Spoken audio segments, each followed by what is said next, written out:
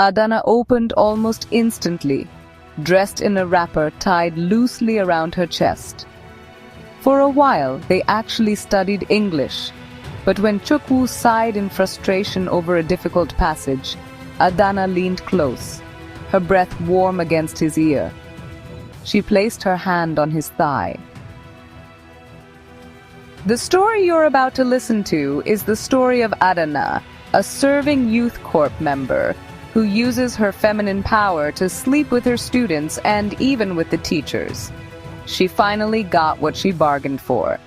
Make sure you watch the video till the end in order to see how she was able to manipulate her way around and the consequences of her actions. Adana Nwosu stepped off the rickety bus into Ikorodu village, her heels sinking into the dusty road. The beautiful 24-year-old mass communication graduate from the University of Lagos was furious about her NYSC posting. She had hoped for an exciting city but instead got this quiet village with no nightlife, a place that felt like exile. As she adjusted her NYSC cap, her lips curled into a knowing smile.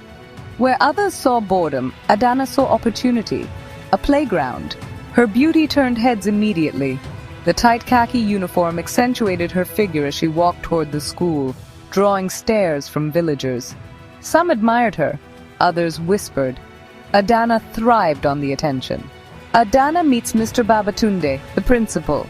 Mr. Babatunde welcomed her, saying, "Welcome, Corp Adana. We are happy to have you here." "Thank you, sir. I look forward to making a difference in students' lives," Adana said. The next morning, Adana met her students, eager young boys in white shirts and navy blue trousers. Some boldly met her gaze. Others stole glances when they thought she wasn't looking. As she studied each face, a provocative plan formed in her mind. Among them was Chukwu, the school's star athlete, tall, strong, with a confident smile that barely masked his inexperience. There was Emeka, the bookworm, intelligent, soft-spoken, always clutching a novel like a shield. And Segun, the class clown, loud, playful, but desperate to be taken seriously. Adana calls Chukwu aside after class. Adana said to Chukwu, "Can I see you for a moment?" Chukwu replied, "Yes, ma." Adana said, "You're quite talented. I watched you on the field yesterday. Very impressive." Chukwu replied, "Thank you, ma." "Call me Adana. We're not in class now, are we?" Adana said with a smile. She was just getting started. That night, Adana's thoughts fixated on Chukwu, his muscles, his nervous energy. She had seen this hesitance before in young men who didn't understand their desires, and she was going to help him understand. "You're bright, Chukwu, but your English assignments need work. Come to my lodge tonight for private lessons." Despite his hesitation, Chukwu agreed. That night at her door, he knocked reluctantly. Adana opened almost instantly, dressed in a wrapper tied loosely around her chest, exposing just enough to send his thoughts spiraling. For a while, they actually studied English. But when Chukwu sighed in frustration over a difficult passage, Adana leaned close, her breath warm against his ear. She placed her hand on his thigh. Hours later, Chukwu left, his mind in turmoil. Adana watched him disappear with a satisfied smile. But one conquest was never enough. Chukwu had been easy. Too easy. She had seen how he avoided her gaze the next morning at school. Next, Adana set her sights on Emeka, the quiet bookworm who kept to himself.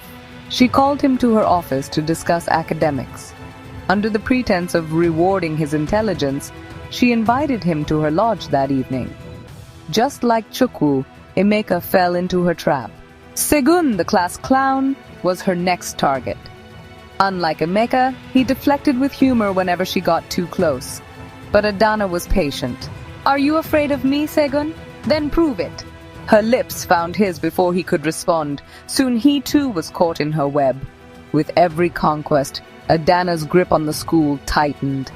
These young men were tangled in her secrets, each thinking he was special while Adana remained the only one truly in control. But Adana's ambitions grew. She set her sights on Chief Okonkwo, a respected village elder known for his wealth.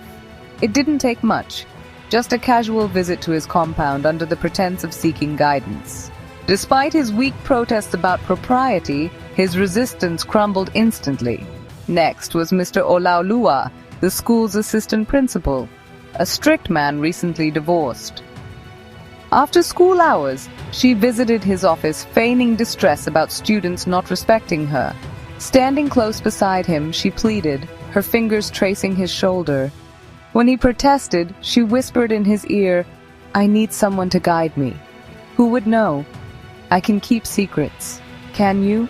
His resolve shattered. Soon, Adana wasn't just playing with students anymore, but with the very men who ran the village. She thought she was being careful. She always used contraceptives and birth control pills. But weeks later, her body betrayed her. It started with exhaustion, then nausea. When she missed her period twice, cold fear settled deep in her bones. One morning, locked in her tiny lodge, Adana stared at a pregnancy test. 2 bold red lines glared back. She was pregnant. The room felt suffocating as she realized there were too many possibilities for who the father could be. For days, she tried everything to end the pregnancy. Pills, bitter herbs from village women, but nothing worked. The result remained the same. 2 stark lines. She was still pregnant. Adana confronted Chukwu. "Chukwu, I think I'm pregnant. You're the father," Adana said. Chukwu replied, "No, this can't be happening." His face drained of color. He stammered before storming out, leaving her alone with her growing problem. Next, she tried Emeka, who also panicked and fled. Emeka said, "I won't be your scapegoat." Adana, claiming he was the father, confronted Mr. Olaoluwa. He replied, "I know you've been with multiple people. You think you can just pin this on me?" For the first time in her life, Adana felt powerless. Her world was crumbling and no one would save her. Soon, whispers spread through the school.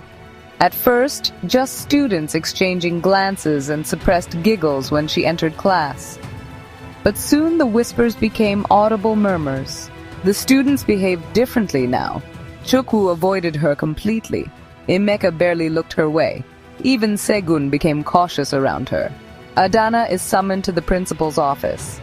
Mr. Babatunde says, "There are rumors about you, Adana. Serious ones. Be careful. If this gets worse, I won't be able to protect you." Chukwu publicly accuses Adana in class. He shouts, "I'm not learning anything from a street girl. She's been sleeping with many students and teachers. Now she's pregnant and doesn't even know who the father is." The class erupted in gasps. Students rushed to spread the news. By the time Adana reached the staff room, several teachers had gathered, their eyes filled with judgment. The principal suspended her immediately. Numb, Adana packed her belongings and returned to her lodge. Chief Okonkwo visits Adana in her lodge. "I warned you. I can help you. The students are furious, and the principal will notify the NYSC officials soon. But I can make all this go away. Marry me, become my woman, my property." Adana's stomach turned at his offer, protection at a terrible price. Chief Okonkwo threatens Adana. "I won't let them touch you. But if you refuse, you know what will happen to you." Adana stood frozen, trapped between her ruined reputation and a future she never imagined.